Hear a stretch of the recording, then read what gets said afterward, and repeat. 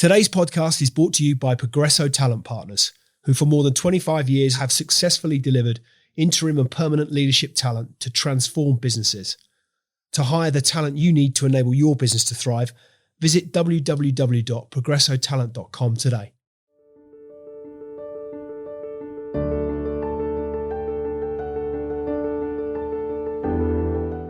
Ian Flanagan is founder and group CEO of Voly Group, the only multi-currency accounting software designed specifically for the yachting industry. From humble beginnings, expansion has taken Voly Group to provide accounting software for the management of multi-assets, such as property, aircraft and other family office assets. The recent launch of Voly Music extends that offering to the music industry. A former professional tennis player, Ian won gold at the Youth Olympics, before going on to reach the last 16 in the Stella Artois Championship at Queen's Club. In that same summer, he reached a third round at Wimbledon, including playing his first round match on the Sacred Centre court at the All England Club before injury cut his career short. So what's the story behind the story? Without further ado, let's get into it.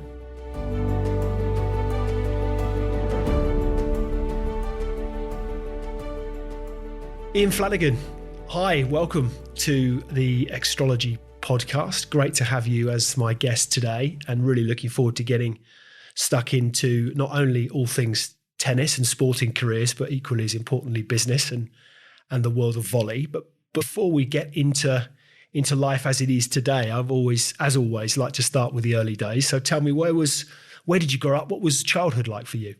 Childhood was awesome, to be honest. I thought actually about this before we did it, and I'm very fortunate. I think I've got an unbelievable mum and dad, a good stable family, which I think some people take for granted, but I was really lucky with that. Mum and dad were originally from Liverpool and moved out to live in Wales. So I was born in North Wales, which not many people do know, and lived in a small village called Greenwood, which is just outside Ruthin. And yeah, I had an amazing childhood, kind of suburban, kind of just a local kind of small village, a little local park, played football every night. Played football most mornings. And yeah, I was really lucky to have a really good childhood, to be fair. I probably take for granted, but yeah, that was my childhood. And do you say family? Were you brothers, sisters? You big family? Yeah, one older brother, Steve, who helped me along with my tennis days, which I'm sure we'll come on to. But yeah, one brother, mum and dad, and yeah, he certainly dragged me along from a sporting point of view, because all we did was, he's 6 or 7 years older than me, and all we did was play sport. Literally, the minute we got home from school, it was just sport. He played tennis also to a pretty decent level, and it was a competitive from day one, really. Fantastic. So, who were the posters on the wall? Who were the heroes as a child growing up? Who did you look up to? You know what? I never really had one. When I first got into tennis, Agassi was probably the closest it came to poster on the wall. He was kind of following the kind of Becker, Edberg era. Edberg stood out. Probably there's a bit of a story there that one of my first ever trips to Wimbledon, Tony Pickard, who was a coach. I wasn't even a name in tennis at the time. I was probably 6 or 7 years old, hanging outside the kind of the practice court area. And Tony Pickard took a shine to me for some reason and said, "Look, do you want to come and meet Stefan?" And before you knew it, he kind of took me in backstage and introduced me to Edberg when I literally must have been 6 or 7 years old. So kind of from that stage on, I always supported Stefan Edberg if he was in the final or something against Becker. But there was no real poster on the wall, but kind of Edberg and Agassi would be the two that I followed the most. Would he have been Wimbledon champion at that point? Good question. He'd have been, probably. Agassi wasn't at that stage probably, but yeah, Edberg would have been or close to. He was certainly in the top, him and Becker, a guy called Michael Stick, German guy. They would probably have been the three kind of or four top players at the time. And then obviously Agassi Sampras kind of started to encroach into their area and then obviously dominated for the next kind of 10 years or the next decade. So interested how you got into tennis, because if I look back on, some similarities. I'm the elder. I've got a younger brother, albeit we're only 18 months apart, but we were both sports mad as kids, spent most of our time kicking the ball around somewhere, playing cricket in the street, whatever it might have been. And we would pick up, remember we used to have a couple of wooden tennis rackets and we used to jib over the school fence and play on. There was a couple of concrete courts at our local school. We used to jump over the fence and play, but only typically, we just loved all sports, but we'd pick up a racket perhaps around about the time of Wimbledon, which if I look back, they were just about the only real tennis we would have seen on TV, it felt like, as a kid. But that 2 weeks in the summer, we'd go and hit a ball around, but we weren't really that into. How did you get into tennis? So Steve played, and Steve was playing like a tennis. It was a Yamaha, if you can remember that brand in tennis, a Yamaha day with Mark Cox and Admiral Croft, and it was pelting down in rain, and I must have been 3 or 4 watching with my mum. And Annabelle Croft, again, kind of when there was a break, kind of said, look, do you want to go? And the story goes, I don't know how true it is, but the story I hear from mum and dad was she threw a ball to me and apparently I hit it back first time. And she was like, oh, can you do that again? And then I hit a few more back first time at kind of that age. And then a local lady called Margaret Lewis, who's an unbelievable lady who even then would have been probably 60, 70 years old, held a kind of a little short tennis like school/camp after school. And she then came and spoke to mum and said, look, he's clearly got an eye for the ball. Can we interest you in bringing him? And because Steve was would have been 11, probably 10, 11, and was playing probably North Wales and locally for clubs and stuff. And then I went down to my first short tennis class, and then literally the rest is history. I then started playing it 2-3 times a week, got completely infatuated, obsessed with it. Like you read these stories, about Rory McIlroy hitting golf balls. I was hitting balls all day against the bedroom wall, against the, like you say, you find out that you can. So me and Steve used to create in the kind of the shed almost. We created a little kind of mini tennis court, and we go down there for hours and fight like cat and dog about who was winning. But yeah, I got into it because watching my brother then, and then after that, that's when mum and dad gave up their life really, and that's when I started playing tennis 3 or 4 days a week. And as you get older, it becomes more of an obsession, and you play more, and it becomes more professionalised and stuff. But yeah, that's how I got into it. And had they played? Is that how your brother had gotten into the sport? No, they played a little bit, but social tennis at a local tennis club was it. And they'd kill me for saying this, but yeah, they were no good. But they played kind of social game on maybe a Sunday afternoon with a few friends and a few drinks after. But no, they'd never played any level of tennis at all. So am I right in thinking, you had a fairly meteoric rise? I mean, I can imagine it would have been a lot of blood, sweat and tears to get there, but a fairly meteoric rise to the point at which am I right, in age 15 at the Youth Olympics, you won gold medal at the Youth Olympics? And did you reach number 1 in the world in terms of ranking at 15? They had all sorts of different rankings, so I'd probably be to say number 1 would probably be stretching it. But I was one of the top in the world. I was one at one stage on ranking. They did it by tournament, right? So yeah, I won a bunch of they had a world event in France when I was 11, 12 that I won. Again, funny story. For some reason, they decided to give all the international players, anyone that won, they give a mountain bike to. It was like the first mountain bike with 21 gears. Try getting that back on a plane, by the way, at 13 years old. But yeah, I was one of the top in the world from the age of kind of 12 to 15, 16, on and off, and all the usual suspects that you would have seen on the tour, Roddick, Federer, Leighton Hewitt, all those guys were playing. The Youth Olympic final we beat Justine Henin, who went on to win God knows how many Grand Slams. So yeah, I was number 1 in Britain certainly, and then I was one of the top in the world. Yeah. And at what point did you start to think? Did it go from being? I mean, I'd recognise that there's a competitiveness. You've already alluded to it in that shed games with your brother. But at what point did you think, hey, do you know what? I might be able to I will make a career of this? At what point did that sort of realisation dawn? I guess at 14, 15, you kind of start thinking about it because, you're in that typical classroom discussion, what do you want to be when you're older? And I wanted to be a professional tennis player, probably from the age of 14, 15.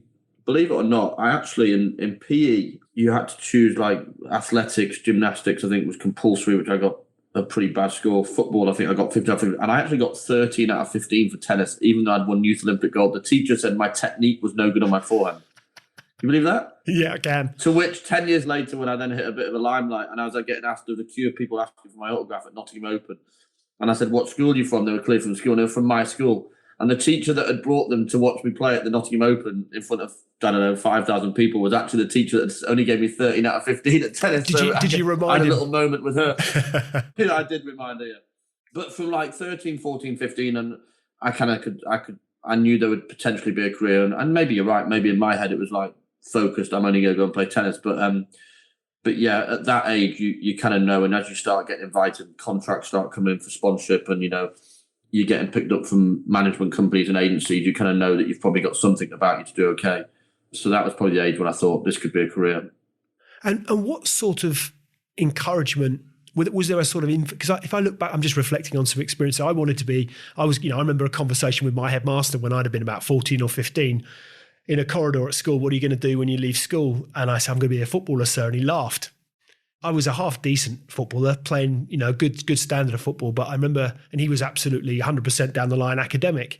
But he said, no, that's not for you.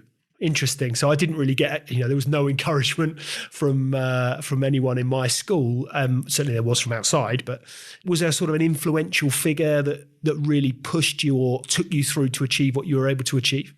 Yeah, I had all the same as you just said. I had teachers saying I was a pretty decent footballer as well, and was on a few decent clubs, books and stuff at that age, and chose tennis because it was the I kind of had to choose, and the Olympics was the one that swung me when I went to play the Olympics. But I did exactly the same. I had all the teachers saying, "You'll never make it in tennis. You won't make it in football. You need to go and do the academic thing." But I had a guy called John Hicks who was my tennis coach from the age 12 to on and off all my career, really at different stages. But he was just a really inspirational kind of, when he was coaching me between 55, 60, he had a national squad that was kind of a GB training academy in Wrexham. And he'd have probably been the one outside of my dad and my mum that were kind of obviously really influential and pushed me. He'd have probably been the one that kind of always gave me belief. Like people always said about John, about Hicksy, that he never really helped you with technique, but he made you feel $1 million. Even if you weren't playing well, he would tell you, "Oh, you're going to, you could beat Agassi today. You're hitting the ball so well." He was a real motivator. And he'd have probably been the guy that pushed me to go for it. Probably, as I say, outside of my parents, he'd have been the one that had a big impact on my life. And you mentioned the Olympics there, which I was going to say in terms of high spots, we're coming to Queen's and Wimbledon and some of the experiences that you would have enjoyed there. But was as a youth player, I would imagine that Olympic experience was huge. It was unreal. I wish I could remember more of it, to be fair, because obviously when you're kind of 13, you don't remember as much of it. But it was amazing. Arriving in the halls of residence, it was at Bath. I mean, every other year it'd be Sydney and all the different great places around the world. But when I played, it was in Bath. And then, you arrived in your halls. You went into a room where you walked along a conveyor belt of kit, and you got your GB tracksuit, and you got all your GB Olympic team tracks, which I've still got.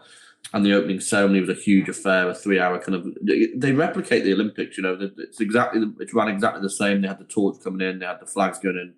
And there was a bunch of people that went on to do other things in other sports. Dwayne Chambers, I think, won the 100-meter junior Olympic gold when I did it, and there's a bunch of other people that did it. But it was just an amazing. I can't remember, and I should remember. I think it was Princess Anne maybe gave me my gold medal, but Princess Anne or Princess Margaret, my mum and dad don't know, but gave me my gold medal. And then I was one of the chosen 8 gold medalists that then took the flag out of the stadium, so the GB flag when it came down. I was one of the 8 that took it out. So it was a phenomenal experience, and I wish I could remember more of it because it was sensational at the time. I know that. And do you remember your first match as a professional? No, probably not. I mean, I guess it kind of classes when I was 15, 16, I then got glandular fever, which took me out of the game for 2.5 years. And I was really poorly with it. And I guess my first professional game properly would have been when I came back from that. But no, I can't remember. I mean, it was a medley of events all around the world. Then, you start traveling and you travel the world. And I can't remember my first one. And that glandular, you mentioned glandular fever, that itself must have been a difficult period, having, I suppose gotten to a point where clearly you had, some significant talent, and I would imagine you could start to see dreams forming, thinking, actually, I could make a go at this. I could be really successful at this. And all of a sudden it gets snatched away from you for something that's entirely outside of your control. It must have been a very difficult period. You must have been fraught with all sorts of kind of, what do I do now? All that kind of uncertainty around what the future looks like must have been difficult. Yeah, it was really hard. I mean, I was took to hospital. I couldn't breathe. It really hit me. I couldn't breathe in my throat. They say it closed the size of a pea. So I was really bad at it. I think from what I remember, I had about a year off or 1.5 years off. And then I remember I had a coach that I'd employed. And I tried to go back on court at an academy in Liverpool where he was working now. And after an hour, I was just toast, or half an hour probably, I was just toast, felt like I was going to faint, and I had all the same symptoms. I had more time off. And you're right. But the issue you have is then when you come back, Nike that we sponsor, they've disappeared because now we've got to start from the rung again. And then, your racket sponsors have disappeared. And I mean, the Elche, I always had loggerheads, which you can probably read about online, but I was always at loggerheads with the Elche anyway. So they were kind of not on the radar before or after. But yeah, you start from afresh, right? You're then not hot property in the world of sport. You are, you're Ian in, let's see what happens when you come back. So it was a real hard task, and you've got, you've worked from the rafters. I don't know exactly how many people play professional tennis, but it's something ridiculous, like 30,000 people were playing it as a job, or it was a huge figure. And that's where you start, right? You pick up your racket again and you practice for 6 months and you get yourself until you're match ready, and you're then number 29,999 or whatever that figure was. I just remember it being a big figure.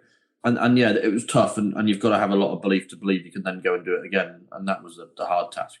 And had you that belief? Was that something that you'd grown up with, or you'd obviously had some results that would have reinforced that view? But I guess again, you have all sorts of questions going through your mind to question that direction of travel.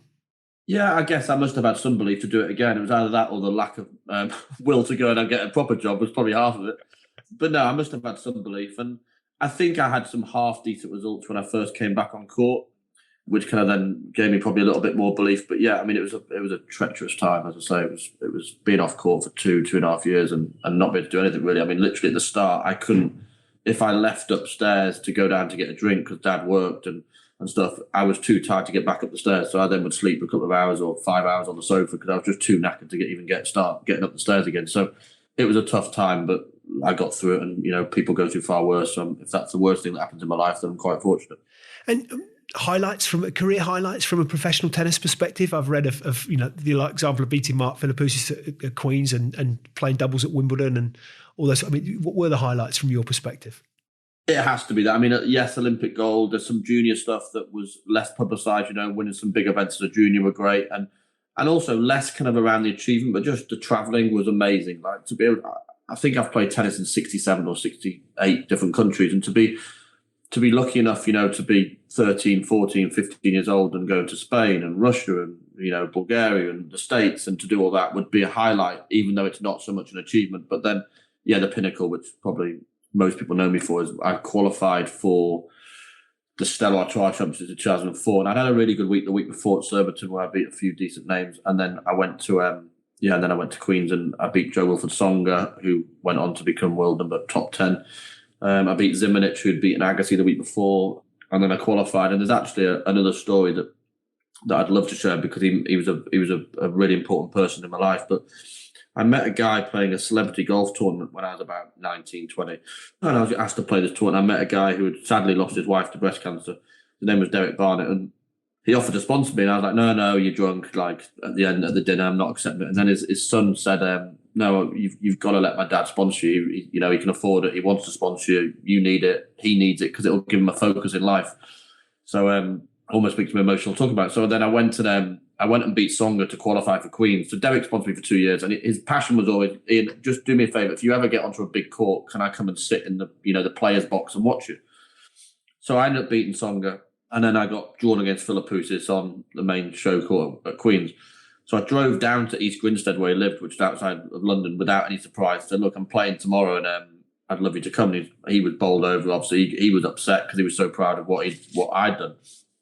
And he came and watched me the next day, and I beat Philippoussis. And we went out for dinner that evening, and he gave me a bit of money, and I was like, "What's this for?" He said, "Well, I had a bet on you." He said, "Like you were 9-1 or 16-1 because Philippoussis, when I beat him, I think was world number 6 and Wimbledon finalist and one of the biggest names in sport." So I beat him, and he gave me this money, and I said, "What's that for?" He said, "I've had a bet on you. I think it was 9-1 or 12-1, and I just thought it was worth it." And obviously, I wouldn't. And then I went out the next day and I beat Hanescu, who's about 30 in the world. And that night dinner, he gave me more money. I was like, what? Like, did you bet on me again? I put the lot on you. He said, I thought, well, it's all profit. I had a lot on you. So I beat Hanescu, and I'm in the last 16 or whatever round. I lost him. And I played Sebastian Grosjean and I was stupid. I did GMTV in the morning at 7 a.m. because it was like being Beckham for a week, right? You're 21 years old. As you said rightly before, the whole world becomes a tennis fan during Wimbledon and Queen's and etc. So there was paps everywhere, and I was getting invited to do all these TV shows and everything. I just did everything. So I'd done GMTV stupidly. I was knackered. I played Grosjean, centre court at Queen's, and lost. Anyway, I go for dinner that night, and he gives me more money. And I said, "What's this for now?" He said, "Well, you were never winning today, so I put it all on Grosjean,"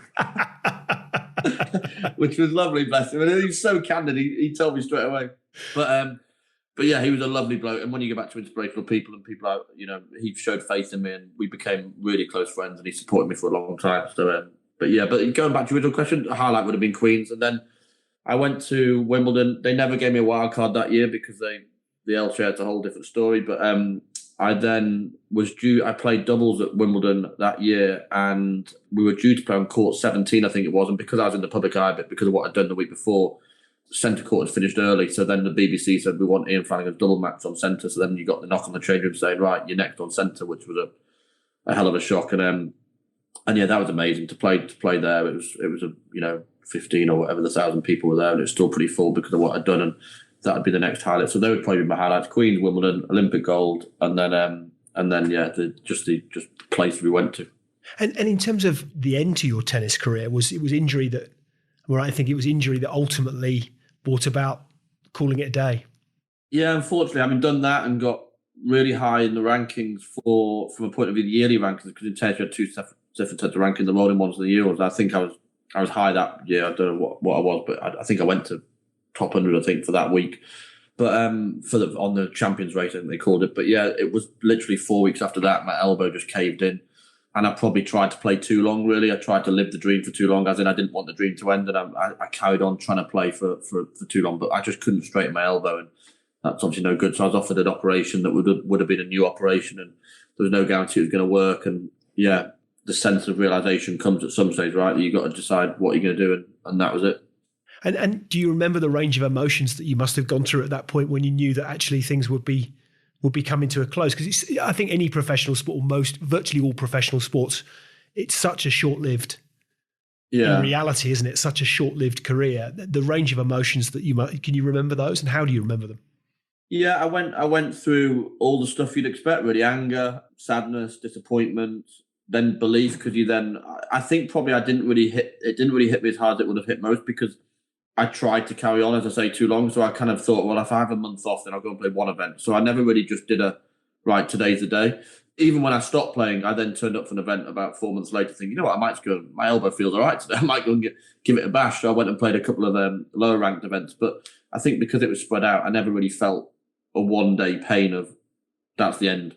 But yeah, it's hard. But, again, go back to my point before, there's people with bigger problems in the world than just, your career ending. So I sat there, reflected, and then went on to do other things.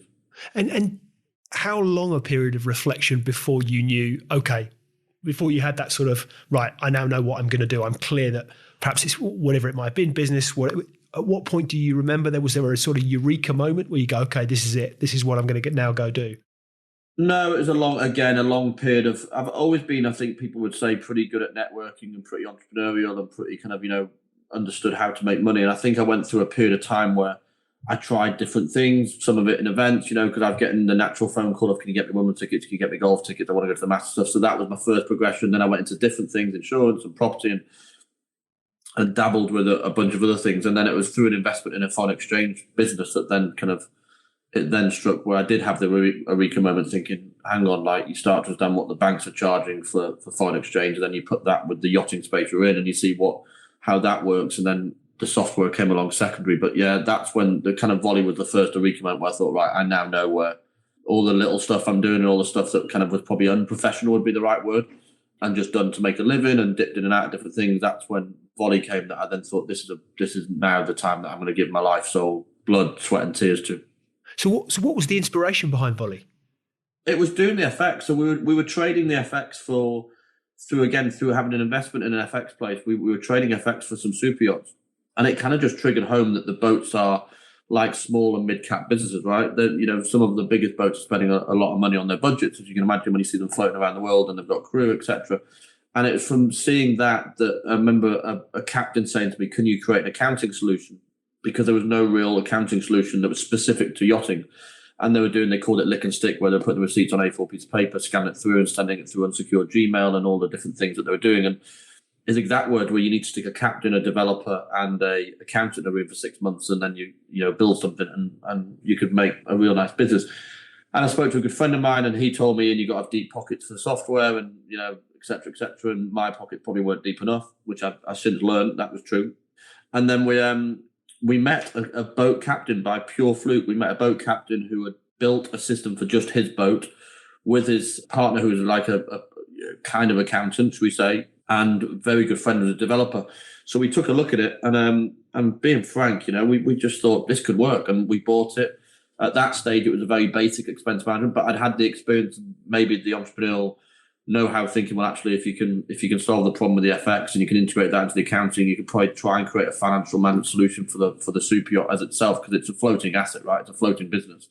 And that was where it came. And then it was a kind of how do you get people to put the data in accurately? Well, the crew have to do that. So how do you make it easy for the crew? Well, we build a mobile app. How do you make it easy for them to integrate it? How do you get the data to be accurate into the app? Well, we get a banking kind of card, and we get our own card, and that API is in, and that means the data can't be wrong. So it was then that kind of through myself, and I'd love to take responsibility for it. I've got an amazing team of people and employed some really sharp, intelligent people and good people around me at the start. But we then started to, have that eureka moment thinking, right, we're on something now. We showed a few management companies, we showed a few boats, and the reception was positive. And then that's when we, as I say, we had that eureka moment. We're going, right, I'm going all in on this. And that's when I just threw everything at it. Money, time, sweat, tears, mental pain, and everything went into Voly then.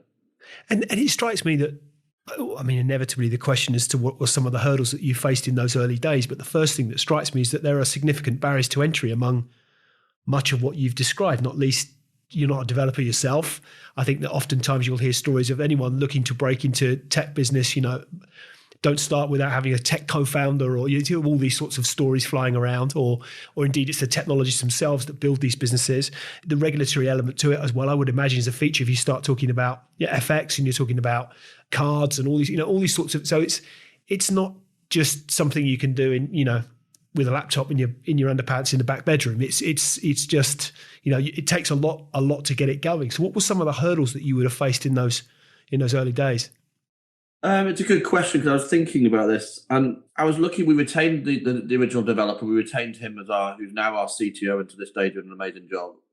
And he calls himself an engineer rather than developer. And he's so true. He's a real problem solver. And he's a really, really bright guy. That's Rob.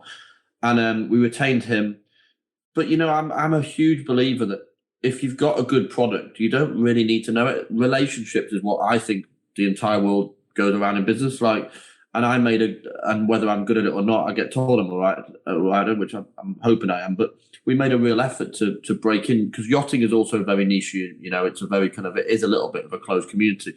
But we made a real effort of, getting in, spending time, spending money, getting to know people and doing a good service to the small amount of clients we had, but then spending a lot of time to build those relationships. And, I would probably have, if I went and got married tomorrow, which I won't be because I'm already married to a lovely partner, Lucy. But if I did go and get married tomorrow, I'd probably have 40 clients at my wedding, that they've become friends. And I think that's the biggest bit of advice I could say to anyone trying to be an entrepreneur is, go and build relationships. Because then as well, if there's a problem, if the product does let you down at some stage, which in tech it does, because tech is tech. And when you saw the Facebook thing the other week with even as big as they are, they had their issues. But, if you do have a problem with a client, it's much easier to solve when he's phoning you up saying, hey, mate, there's a problem, rather than phoning a member of your team and, you're a client rather than, or you're a supplier rather than a friend. So I made a real effort to build relationships fast. And that's what I think got us to where we are today. And how did you build those relationships? Because I think it's all very. I agree entirely with what you're saying in terms of the lengths that my experience of working with you. You've been very, very much focused around developing that relationship. But these are busy people whose time is very much in demand. I would imagine, oftentimes would be at all four corners of the globe. It sounds in principle, absolutely sounds easy, but I'd imagine it's not. How did you go about building those relationships? We did it through. A, I've got a good team who helped me. And B, I would say everyone, I think if you can create an environment where they want to be there, whether that's going out to a nice restaurant, whether that's, going wine tasting, whether that's going, these guys have got such busy schedules, you're right, that just having another meeting in another office, they probably don't want to do. But if you can build a relationship where you are doing it, as ridiculous as it sounds, over a nice bottle of wine or over a beer or, whatever takes their fancy to get them to come and be there. I think there's a real knack in trying to build that friendship, and you've got to create an environment where they want to be, and that's what we did. And the super yacht space is a great community in the fact it's very social.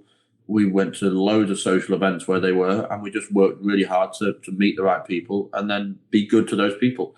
And I think if you treat them fairly and you make them a partner rather than a client, they don't mind helping you out. And it was a snowball effect. We built really good relationships, and then they gave us more relationships, and then that feeds more people, and you just spread your web as wide as possible. And as the team grew, we did it. There was more than just me doing it. I do a lot of it, but there's more than just us doing it. But yeah, we just created nice environments, or we went to the main events that were in the super yacht space. And with the benefit, so you launched Voly, was it 2015, 2016? That sort of 2016 October, we bought the company and set it up. And we launched, I think our first client signed in June 17. So 5 years on, with the benefit of hindsight, if you look back to those early days, is there anything that you would have done differently? Yeah, what would I have done differently? You're going to employ one bad egg as you go along, which you can't help. Picking people a bit more carefully. We've got an amazing team now, which I'm very proud of. But that's took time to build. taking long-term money rather than short-term money. We took one in particular bad investment from the wrong person that turned out to be toxic and can hold you back for a little bit longer than you want to be. And yeah, probably just thinking a little bit of a long-term project rather than a short-term project would be probably a bit of one of my thoughts, I think, if I had to do something differently. And what have you, I think that it's consistent with many a conversation with entrepreneurs, but it's a roller coaster, that's a cliche, but it's a lot of ups and downs. What have you enjoyed about the experience? Yeah, I've listened to a few of your podcasts. I think we all, the CEOs, go through the same pain, right? I think we all have mental health problems at times, and we all. I think I said to someone the other day, the analogy of the CEO just driving a Ferrari and having $500,000 in his bank or 50 million in his bank and doing 9 till 5. That analogy definitely, I can clarify, is not right. It sounds a cliche. I've really enjoyed the experience. I've enjoyed learning because, as you rightly said, I know nothing about tech, and it's an opening line with half the clients we meet. I don't know the software. The team would laugh about. I have read-only access to our software, Lee, because they're scared if I log in that I might, delete someone's whole year account. So I've enjoyed learning. I've enjoyed the process. I've enjoyed building a team. We went from myself and 2 or 3 people who founded it with me to now being 40 or whatever we've got now. I love creating a really good working environment. We put a lot of effort into that, a lot of social stuff for the staff. We've got a pick and mix station in the office. We've got a beer keg. We've got, a bar in the office and stuff, trying to create a working environment. And I've loved seeing the product change. I've loved seeing the fact that Voly has gone from an analogy I was using to the first yacht show we went to. Everyone said, "Oh, what does Voly do? Where are you from first? And then what do you do?"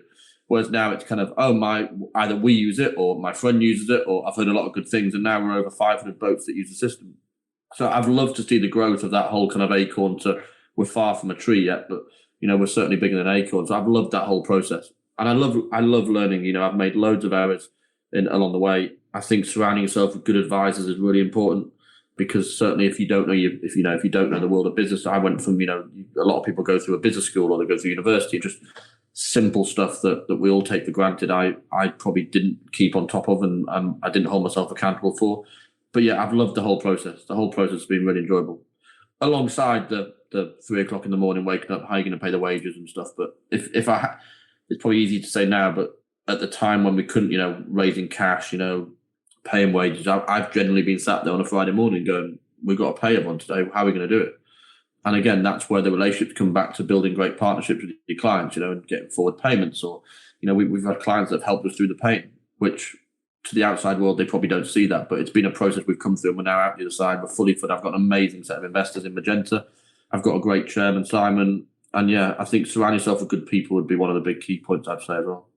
Was there a point at which you thought, we're really onto something here? I think, you go through that roller coaster that we've referred to particularly in those earlier days, where you've got that belief in your product and your proposition, you're taking it to market, you're convincing people that this is the right solution for them. But, there's never quite that sense, again, consistent with just about every entrepreneur with whom I engage, that they ever kind of go, yeah, I've made it. They rarely sit back and kind of go, yep, job done. You're constantly moving on to the next thing. But was there a point at which you thought, actually, not that you've, not to my point, not suggesting that you were sat there thinking, yeah, I've got this cracked, but actually, was there a pivotal moment where you thought, we're onto something, this really could succeed? Yeah, I think there's been a few moments where we, signing certain clients where you think if they're using our system, this must work, right? Because you do have that painful moment where you go, does this actually work? And the other client's happy with it. There's one testimonial, which I can't name, but I got a testimonial from a tech billionaire that blew my mind away. And that's one of the pinnacle moments where I thought, crikey, we are onto something. But you're right, so, I still think we are 20% of the journey through what Voly can be.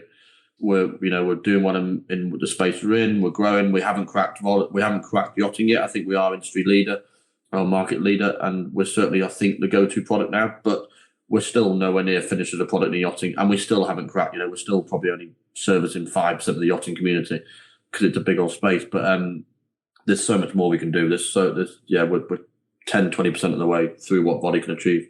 But that's exciting, right? You think we've come this far, but actually there's 80% we still got to go. That in itself, allowing for the 3 a.m.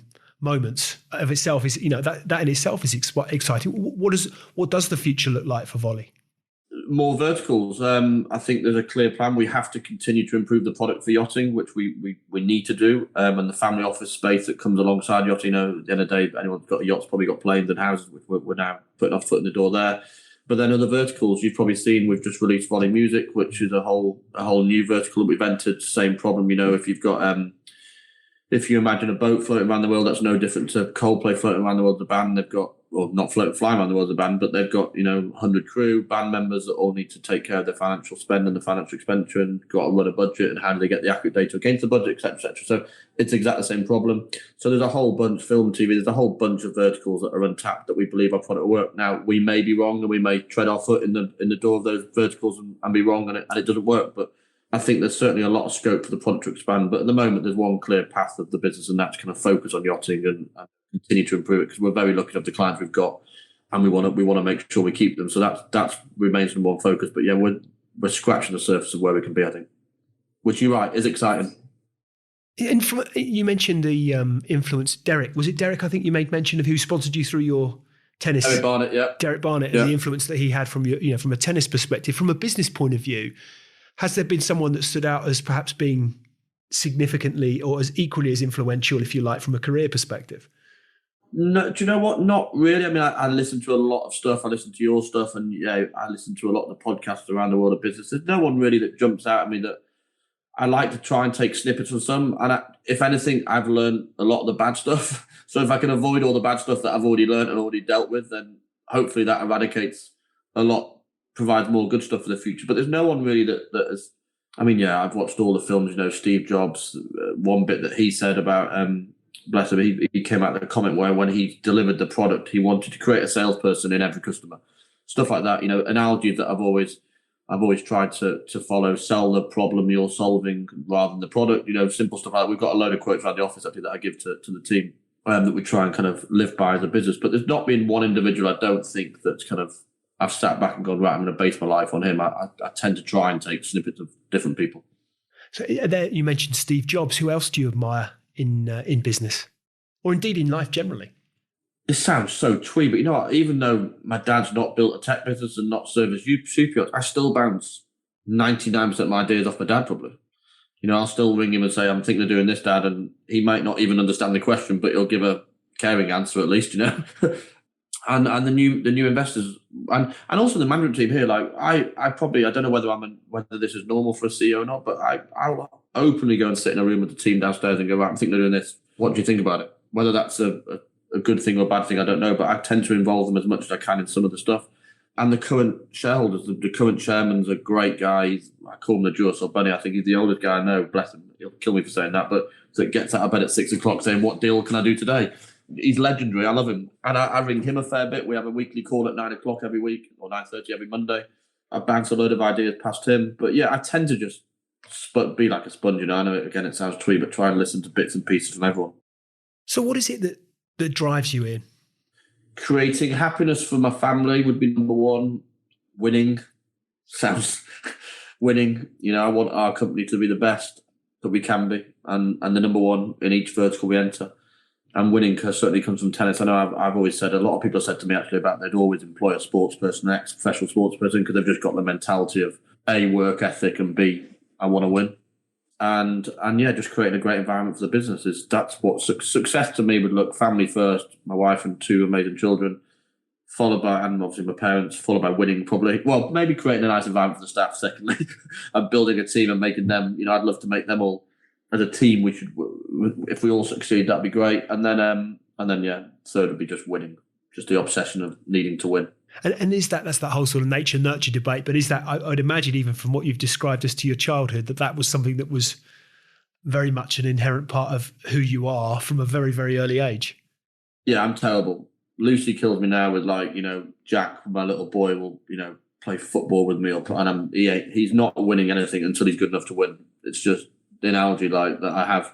At least I tell him he doesn't get it as he's crying and walking up the stairs, that when he does beat me, he'll know he's beat me for the right reason, right? But I'm terrible. I have to win. Which probably, I don't know if that's good or bad, but that's me. And how does it affect you when you don't? I guess from a tennis perspective, you would have had matches that you've already alluded to, the matches that you wouldn't have won.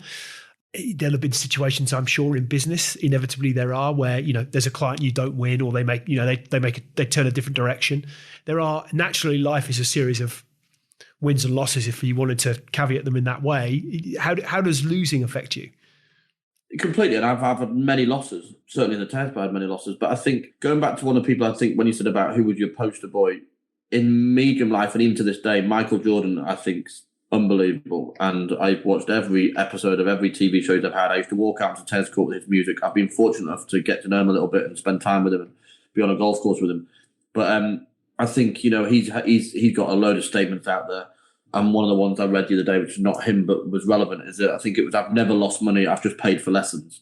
And I think once I've gone past sulking for 10 minutes, if I do lose, which I think every sportsman would do, I think you then just have to pick yourself up and say, right, what can I learn from losing that client? Or we have a pretty good retention rate, to be fair. But if we did lose a client, I think once you've gone past, you've got to learn from it and try not to make that mistake again.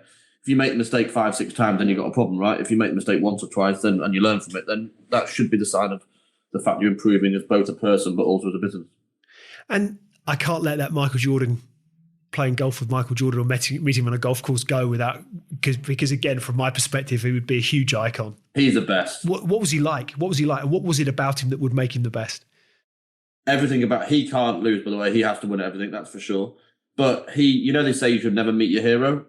I was lucky enough that when I met him, he was just everything you'd want him to be. He was generous, he was thoughtful, he was kind, he was super bright, amazingly talented. It's quite funny, actually. One of the guys on one golf course, someone said he can't play off the back tees because it's 7,000 yards, this golf course. I remember thinking, did you just tell the greatest ever sportsman probably to not play off the back tees? But yeah, he was, for me, undeniably the best person that you could want to spend time with, or one of the best people you could want to spend time with. I'd imagine if a comment had been made such as that, you can't play off the back tees, he'd have found every reason to play off the back tees and prove that person wrong. Yeah, he's an amazing person, and if you've watched that Last Dance, you can see that. You can see he single-handedly, dragged everyone around them as talented they were, and if they were 85% of the best player they could be, he made them all 100% of the best person they could be. He's a special person, a special human. Yeah, I must have watched that series at least 2 or 3 times over. I think he's a phenomenal character. Lucky you to have met him. Yeah, he's a good guy. So in terms of what inspires you, or who inspires you, you've mentioned Michael Jordan.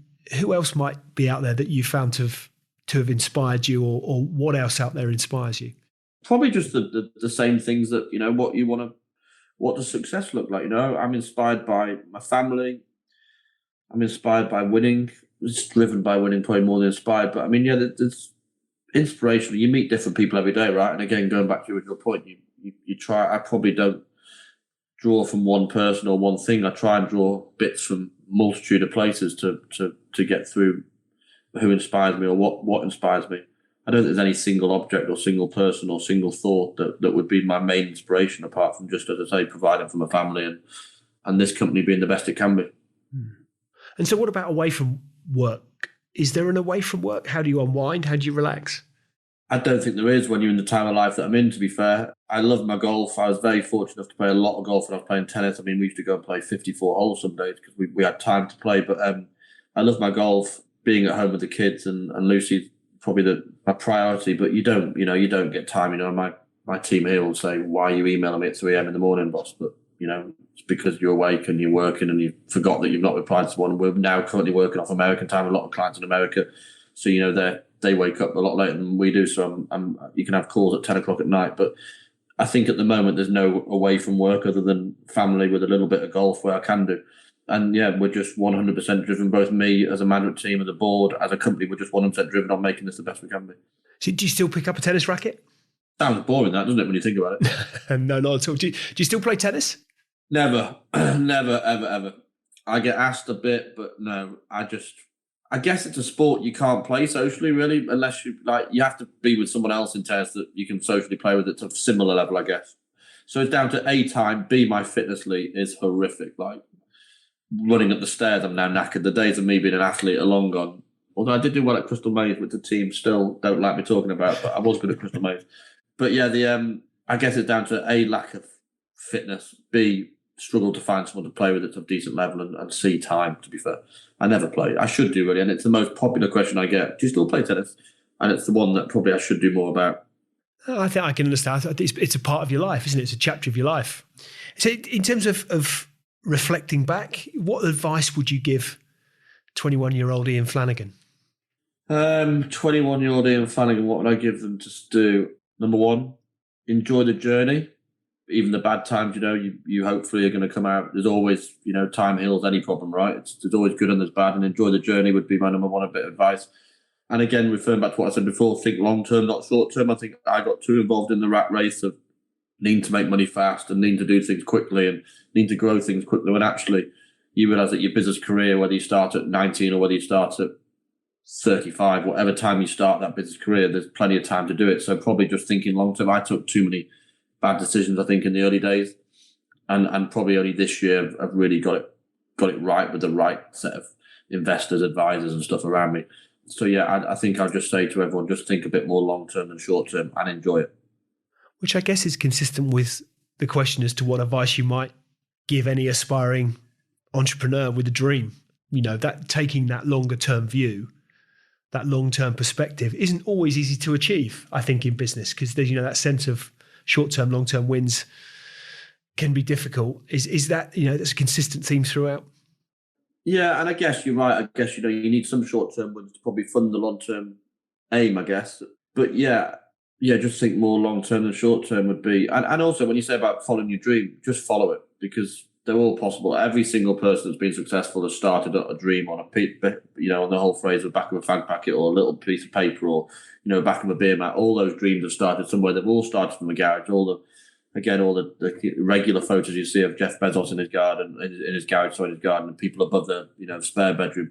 So yeah, just don't be told that it can't happen, because it can. And that's in sport or business, right? Because all the sports people, like we said at the start of this chat, my teacher, Mrs. Bellis, I remember her name, said, you won't make it in tennis, and your forehand technique's not good, and that's why when you're 13. And 2 years later, she stood watching me on centre court. So just don't listen to people that haven't got the foresight, I guess, or the ambition that you have, because as long as you've got faith and you've got ambition, you can definitely get there.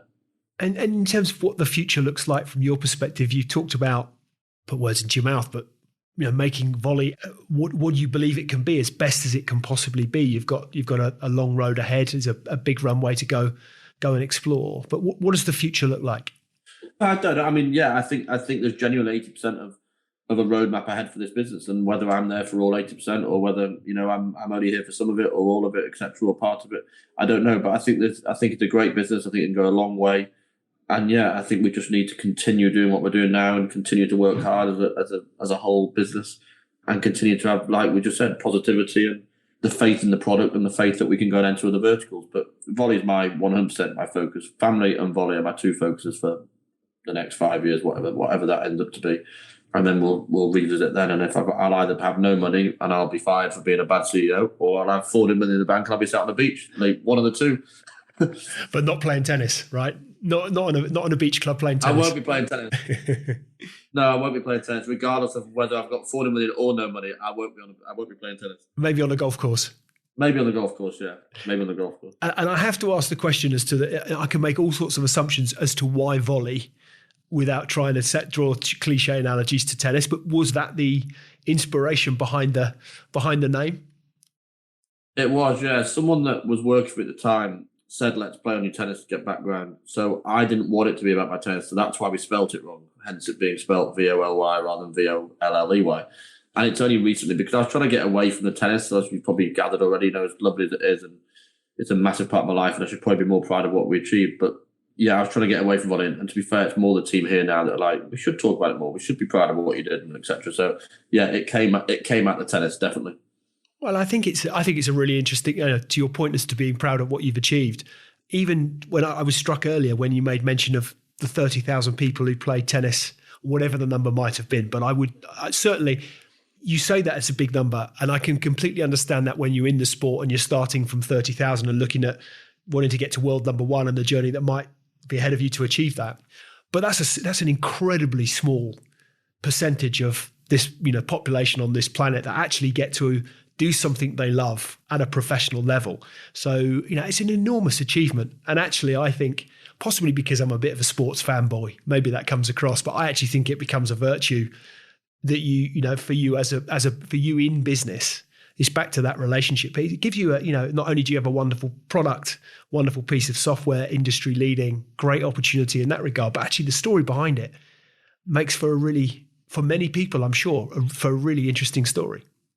Yeah, you're right. And as I say, I've started to talk about it a bit more and started to make more people aware of it, because unless you literally went on Wikipedia, you wouldn't know about it. But like you're completely right. We were with a big music client yesterday on the phone, and it turned out he was obsessed with tennis, and then, remembered the name, and before you knew it, it's opened a door, and before you knew it, you got more business going out of it, et cetera, et cetera. And yeah, I probably don't use it enough, but it's because it is a talking point. It is a story. And I do underplay the achievement of what we did. I say we because obviously I couldn't have done it on my own without my mum and dad and coaches and sponsors and stuff. So it wasn't just me, it was just me on the court. But I think you are right. It definitely opens doors. And so where can people go to find out more about, it's volygroup.com? Is that the URL? Is that right? Yeah, it's Voly. So it's volygroup.com. I should know this. I'll give you the link to put on your thing. It's volygroup.com, and then there's volymusic.com as well. And yeah, it's another funny story. So we actually even went as far as calling it Voly for a period of time. So it wasn't so obvious a volley, but just for everyone as well, it's now called Voly, which my head of operations down there will go nuts because she calls it Voly still. She's the one person that calls it Voly, but everyone else calls it Voly. So yeah, it's volygroup.com and it's volymusic.com, I think, are the two current websites. Fantastic. Ian Flanagan, it's been great to speak with you this morning. I really appreciate it. I wish you every success, continued success with all things Voly Group, music, and any other pursuits that might be ahead. It's a fascinating story. I really appreciate your time. Good to be speaking with you. No, thanks so much for your time, Lee. Thanks for having me. And I hope the listeners half enjoy it at least. Fantastic. Great stuff. Cheers, Ian. Thanks, Lee. Take care.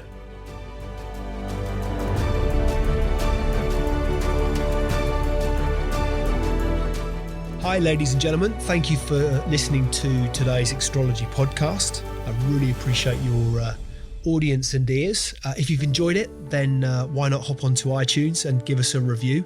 I'd really appreciate anything that you might have to say. Any feedback always gratefully received, and look forward to hosting you next time. See you soon.